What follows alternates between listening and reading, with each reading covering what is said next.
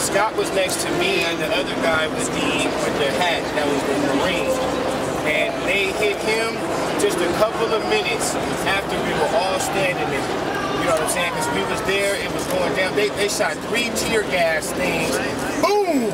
Then they waited like another 30 seconds. Boom! And then they did another one. Boom! It was crazy. It was like we were in a war zone. It was old women. It was, we didn't report this. It was people that were there. Children that couldn't breathe. Yeah. I'm a little bit healthy, so I was able to run about 3 blocks to 11th or 10th. But it was people that were on the ground. It was toe up. Right. And also the stories that are being told. Well, they're going to get told. Well, they're being told here on Pacifica Radio. Exactly. This is where it starts, and then others will start to cover it. And eventually, justice is going to happen. The people who made the decisions to do this to unarmed citizens who were acting peacefully, there's going to have to be justice here. And ultimately, the buck does stop on the mayor's desk. No matter how progressive she is, no matter how nice she is, no matter how brokenhearted she is over what happened, no matter how much she had to interrupt her vacation or wherever the hell she was, and had to come back, the bottom line is the buck does stop with her. And the people of Oakland have had to suffer for long enough. Crying out loud. How many years, how many times have I come to Oakland over the decades of what this town has had to go through? And talk about a town that has been abused by the policies of corporate America and Wall Street. It is amazing, though, the life that is still here and the resistance that is still here, that people have not given up. And that in some ways, I'm not surprised that this watershed moment in this movement happened here in Oakland this week. And if it had to be here, then it was here. And it has inspired. It has inspired people all across the country. Yes, everyone listening to this who's been participating in the Occupy movement, please know that you have already changed the national debate and discourse. We have already a number of victories here.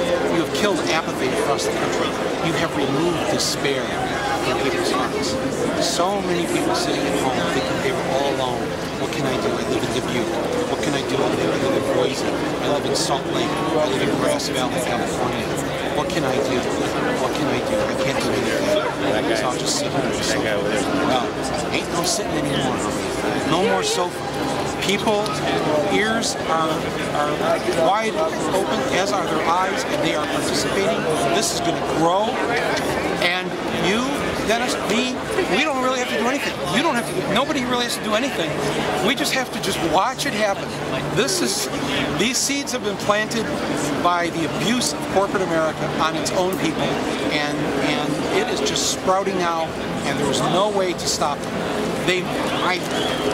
They must rue the day they overplayed their hand and decided to kill the middle class of this country and give no hope to the poor. They must just completely do that. So have heart, everyone who's listening.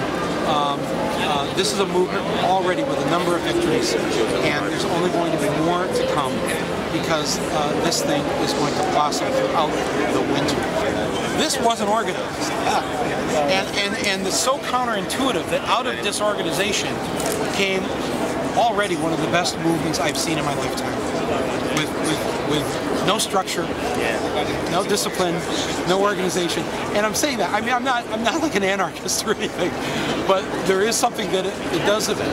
It just appeals to my inner core of I think we're probably all this way. We wish that, you know, I said at the end of my last movie, I refuse to live in a country like this, and I'm not leaving. So I think that is shared by millions of people. We refuse to live in the way that they've constructed our America. We're not going anywhere. So that means it's got to be. Michael Moore, I want to thank you very much for stopping by the Pacifica table, for coming to Oakland, California. Davey D and I here for Pacifica appreciate the time, and we hope you'll come back soon. I will. Thank you very much. This is amazing. I'm sorry we're on radio. No, I'm not sorry I'm on radio, but if you could see. But if you, we're sitting. We've got a little card table here set up in the middle of Occupy Oakland. There's the Wells Fargo Bank over there, and thousands of people, all kinds of people are here. And this is the America we want to live in. You know what we see here right now. This is the democracy, as the way it should be.